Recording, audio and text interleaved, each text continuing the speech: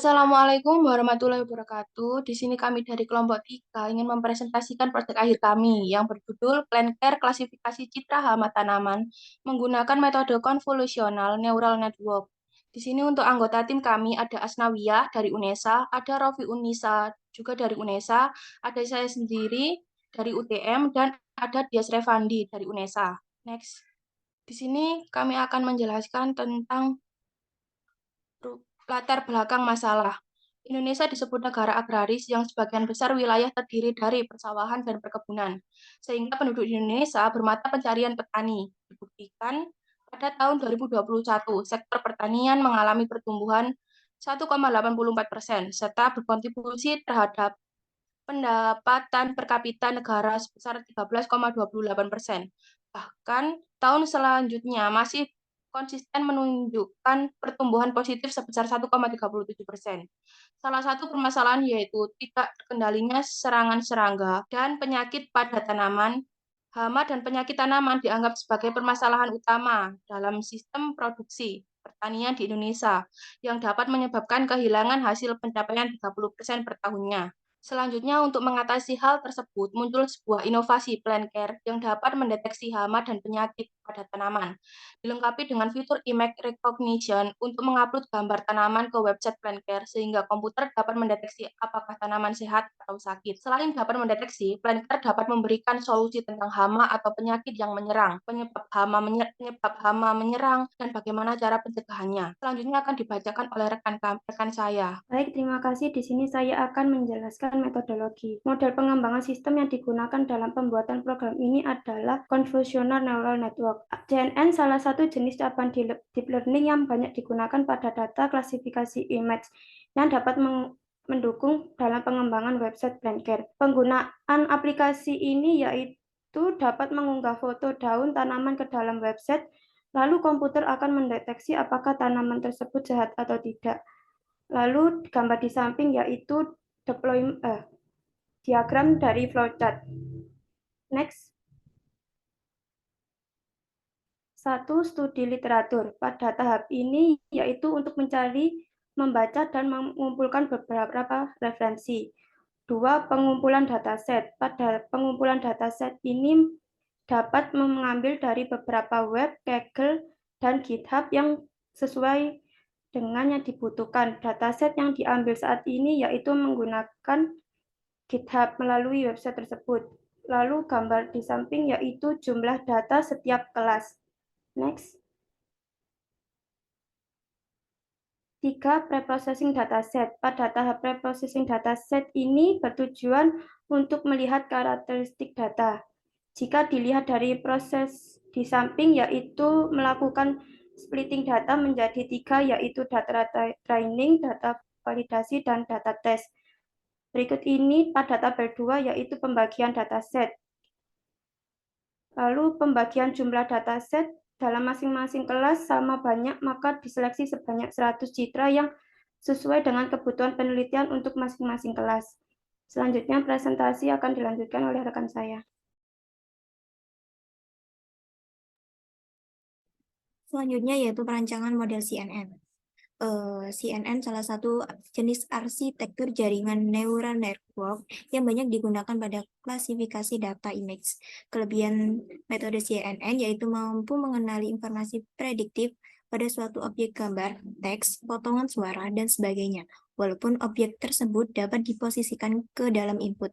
Pada tahap ini menggunakan arsitektur yaitu ResNet dan MobileNet. Hasil pemodelan dari CNN dalam penelitian ini telah dilakukan eksekusi pada Google Colabs.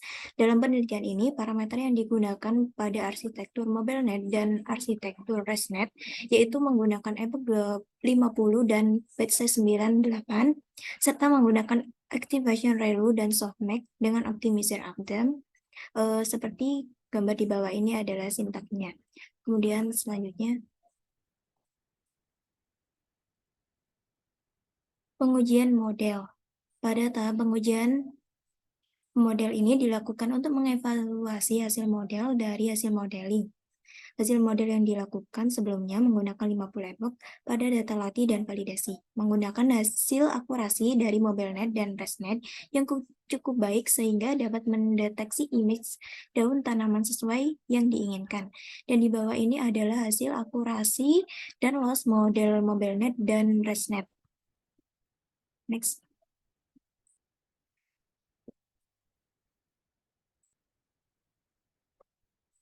Hasil dan kesimpulan. Yang pertama yaitu akurasi. Pada tahap pemodelan ini didapatkan hasil akurasi yaitu ResNet 0,91 dan MobileNet 0,93 dengan validasi loss 0,28 untuk ResNet dan MobileNet 0,19. Sedangkan untuk waktu komputasinya didapatkan yaitu untuk ResNet yaitu 0,91 dan MobileNet 0,93 dengan waktu komputasi ResNet 29 second dan MobileNet 25 second, lebih cepat MobileNet. Kemudian confusion matrix berdasarkan pengujian didapatkan nilai precision dan recall terhadap 3 kelas yaitu positif, negatif, dan netral. Diperoleh bahwa akurasi data dipengaruhi oleh data uji, sementara banyak jumlah hasil tersebut digunakan untuk sebagian dasar dalam menarik kesimpulan dari penelitian yang telah dibuat. Untuk confusion matrixnya menggunakan rumus seperti gambar di samping, sehingga didapatkan nilai precision pada ResNet yaitu 0,80, sedangkan recall 0,82, sedangkan untuk MobileNet diperoleh precision sebesar 0,86 dan recall 0,83. Hasil dari confusion matrixnya, grafiknya dapat dilihat pada gambar sebelah kiri. Next.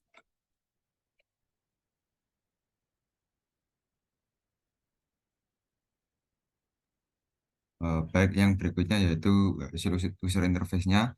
Pada aplikasi yang telah dibuat berbasis website ini dengan user interface yang ada di bawah ini. Untuk tampilan awal aplikasi ada di sebelah kiri. Berikut merupakan tampilan awal aplikasi dari aplikasi Plancare. Lalu di sebelah kanan merupakan tampilan menu aplikasi. Di sini pengguna bisa mengunggah foto tanaman, lalu nanti komputer akan memprediksi apakah tanaman tersebut terserang hama atau tidak. Nah, jika tanaman terdeteksi sehat, maka tampilan akan ada seperti di sebelah kiri.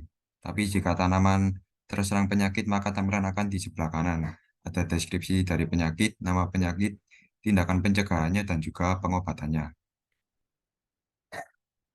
Nah, untuk kesimpulan dari tugas kami yaitu akurasi yang diperoleh dengan menggunakan arsitektur MobileNet sebesar 0,93% dengan waktu komputasi 25 second. Sedangkan untuk ResNet akurasinya sebesar 0,91% dan waktu komputasi 29 second. Maka MobileNet memiliki akurasi yang lebih tinggi daripada ResNet.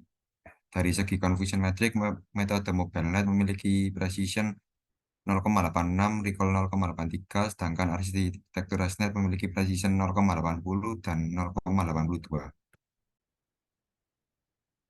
Baik, itu tadi merupakan presentasi tugas akhir dari kelompok kami, Ular 3. Kami mengucapkan terima kasih kepada Orbit Future dan juga Coach Rian selaku homeroom Coach Ular yang telah membimbing kami dari awal program MSIP sampai akhir MSIP.